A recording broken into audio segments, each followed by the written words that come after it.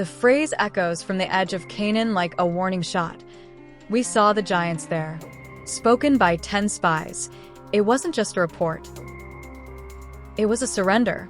They had walked the promised land, tasted its fruit, and glimpsed its abundance. But their eyes locked onto the Anakim, giants of stature, intimidation, and spiritual resistance. And in that moment, they shrank. We seemed like grasshoppers in our own eyes. The tragedy wasn't the giants, it was the perception. This teaching arc exposes the anatomy of fear-based leadership.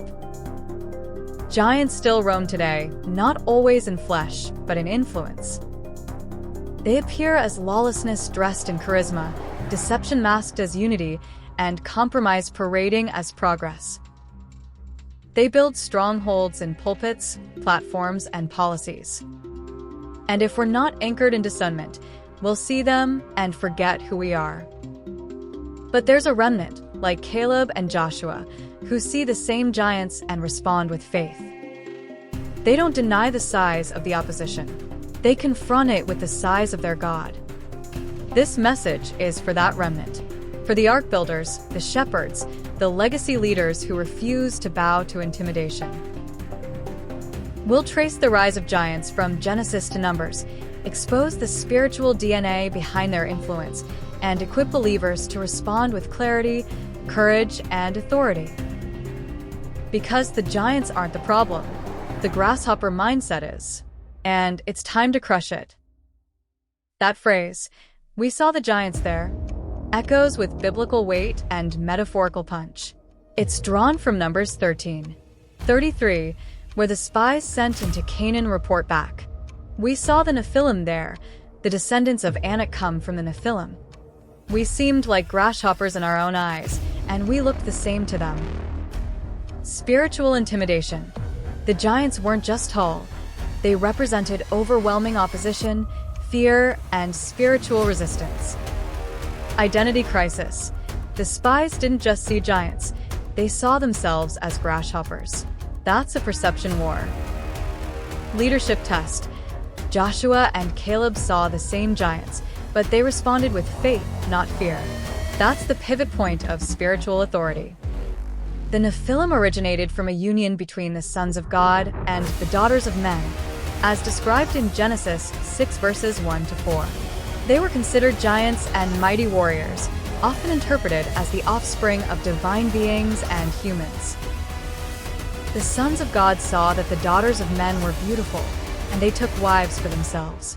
The Nephilim were on the earth in those days, and also afterward, when the sons of God went to the daughters of men and had children by them.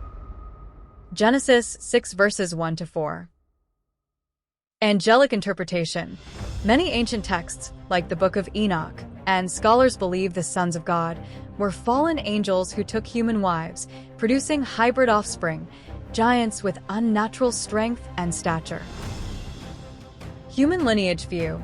Some theologians argue the sons of God were descendants of Seth, the godly line, and the daughters of men were from Cain's line, making the Nephilim symbolic of moral corruption rather than supernatural hybrids.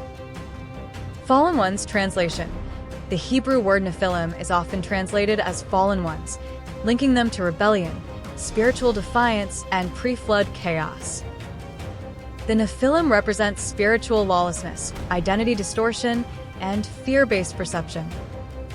Their presence in Canaan, Numbers 13:33, triggered fear in the spies, who said, "We seemed like grasshoppers in our own eyes." That's a legacy-grade moment of spiritual misalignment.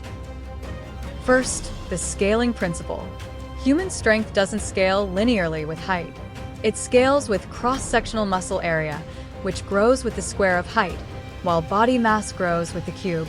That means a 20-foot giant, roughly 3x taller than a 6 feet 6 inches man, would be 27x heavier, 3 superscript 3, and have 9x more muscle cross-section, 3 superscript 2. If a 250 pounds man lifts 150 pounds, that's 60% of his body weight. A 20-foot giant might weigh 6,750 pounds, 250 by 27, and have 9x the muscle strength. Estimated giant lift capacity. Let's scale the lift. 150 pounds times 9 is equal to 1,350 lb raw muscle scaling. But if we apply the same 60% body weight ratio, 6,750 pounds times 0.6 is equal to 4,050 lb. So, depending on the model, conservative estimate, 1,350 lb. A proportional strength model, 4,050 lb. Yes, giants were alive during Israel's time in Egypt, especially in Canaan, where they were later encountered during the conquest. The descendants of Anak, linked to the Nephilim, were already established in the land when the spies entered it. Genesis 6 verse 4 introduces the Nephilim. The Nephilim were on the earth in those days, and also afterward. Rephaim, a broader term for giant clans in Canaan, including Og, king of Bashan, whose bed was 13 feet long, Deuteronomy 3 verse 11. Emim, Zamzumim, and Horites, tribes described as great and tall, Deuteronomy 2 verses 10 to 22. These groups were already established in Canaan during Israel's time in Egypt, meaning giants were alive and thriving in the land Israel was promised. While Israel was enslaved and multiplying, giants were fortifying the land they would one day inherit. The confrontation wasn't just physical, it was spiritual warfare, where fear and perception had to be overcome before possession. Biblical giants. Og, king of Bashan.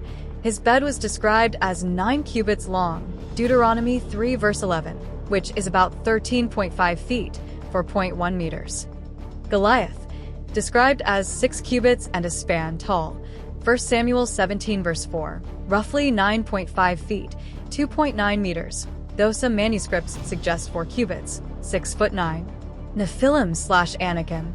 Their exact height isn't given, but the spies said, "We seemed like grasshoppers in our own eyes." Numbers 13:33, implying extreme stature, possibly 10 to 15 feet or more.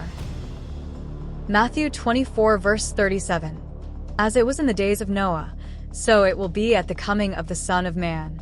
Luke 17 verses 26 to 27. People were eating, drinking, marrying until the day Noah entered the ark. Then the flood came and destroyed them all.